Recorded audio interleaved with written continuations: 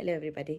सो आज मैं बात करूँगी स्लीप रिग्रेशन और कुछ टिप्स की जो कि आपको थोड़ा हेल्प कर सकते हैं स्लीप रिग्रेशन के वक्त, और जो कि मैंने खुद ने भी ट्राई किए हुए हैं।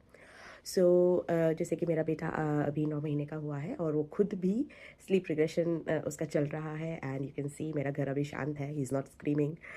सो मैंने क्या किया, स्टार्टिंग से ही क्या किया, जो कि I will not say that it was 100%, but at least it helped. So हम 2-3 सेक्शंस पे बात कर सकते हैं।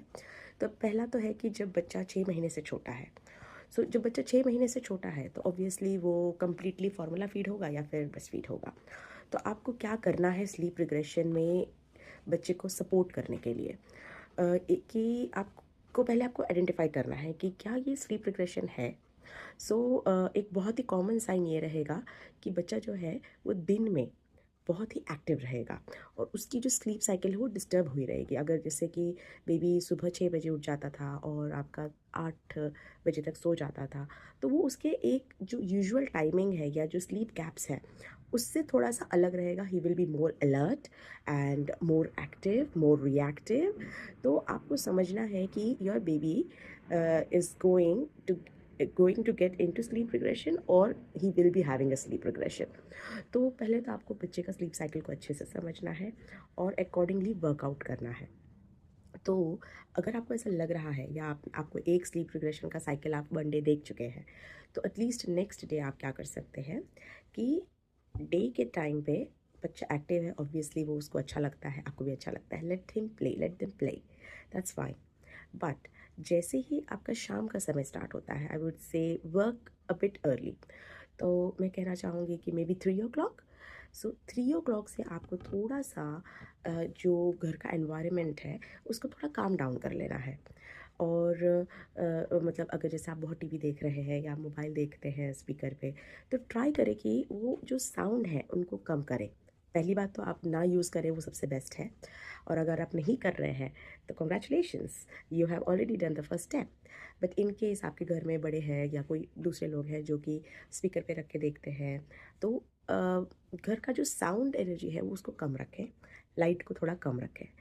तो अ, कम रखें का मतलब बंद नहीं करना है, कम रख के डिम कर दें। और उसके बाद by the time it is 4:30 और 5, you can start feeding the baby, like you can offer milk a bit more frequently, so that कि बेबी का जो टमी है वो फुल हो। तो जब बच्चा फुल टमी रहेगा तो ऑब्वियसली आपने एक जो रीज़न है उसके रोने का, हंगर, उसको अलग कर दिया।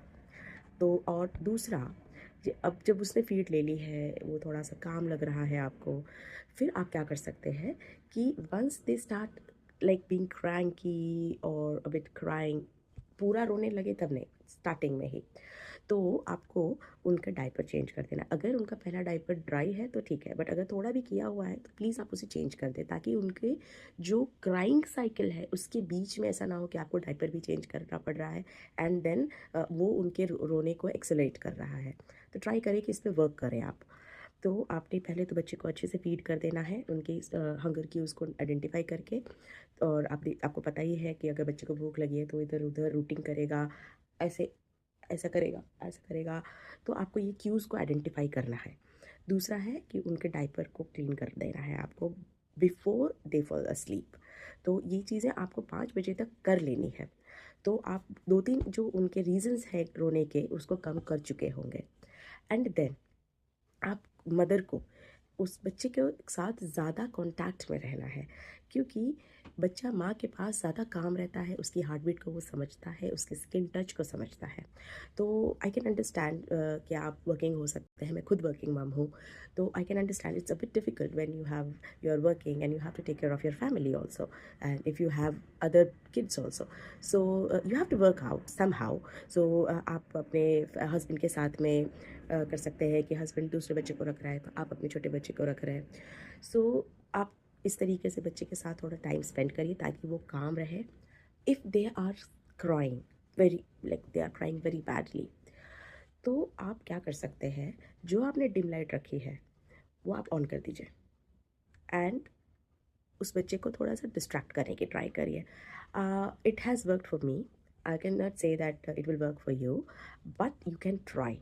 तो मेरा बेटा बहुत ज़्यादा जब रोने लगता है तो हम क्या करते हैं, डिस्ट्रैक्ट करने के लिए we will on the light and उसको कभी कभी मैं उसका फेस पे पानी से उसका वॉश कर देती हूँ, तो उससे वो डिस्ट्रैक्ट हो जाता है, थोड़ा सा फ्रेश हो जाता है। कभी कभी वो खेलना चालू हो जाते हैं, बहुत स्लीपी होते हैं तो भी खेलने लगते हैं, बट उनका जो वो क्राइंग साइकिल है वो ब्रेक हो जाता है। एंड मुझे तो इसमें बहुत हेल्प मिला है। So you can try this tips कि बेटे बच्चे को आपको फीडिंग क्यूज़ देखना है, उसको डायपर का टाइम पहले रख देना है एंड जल्दी आपको वर्क करना है। सो स्लीप रिग्रेशन तो होना ही है, बट एटलीस्ट आप अपने आप को और बच्चे को थोड़ा उस चीज़ के उस प्रॉब्लम से थोड़ा सा बेटर फील करवा सकते हैं। तो अगर आपने सॉलिड स्टार्ट कर चुके हैं तो सॉलिड्स के लिए भी आप ट्राई करें कि बच्चे को का डिनर जो है वो थोड़ा सा जल्दी खिलाएं और हैवी खिलाएं। फॉर एग्जांपल हम नॉनवेज खाते हैं, तो मैं मेरे बच्चे को जो चिकन की मैं टिक्कियाँ बनाती हूँ, मैंने रेसिपीज़ भी डाली हुई है, तो वो मैं खिलाती हूँ शाम को ताकि वो थोड़ा हैवी रहे अंदर से और उसको हंगर की वजह से वो ज़्यादा ना रोए। बिकॉज स्लीप रिग्रेशन होता है तो कभी कभी फीड भी नहीं लेते हैं बच्चे। So I hope this will help you. Please do comment if you like my tips, and please subscribe to my channel, and do comment if you liked my tips and if it worked for you. Thank you. Bye bye.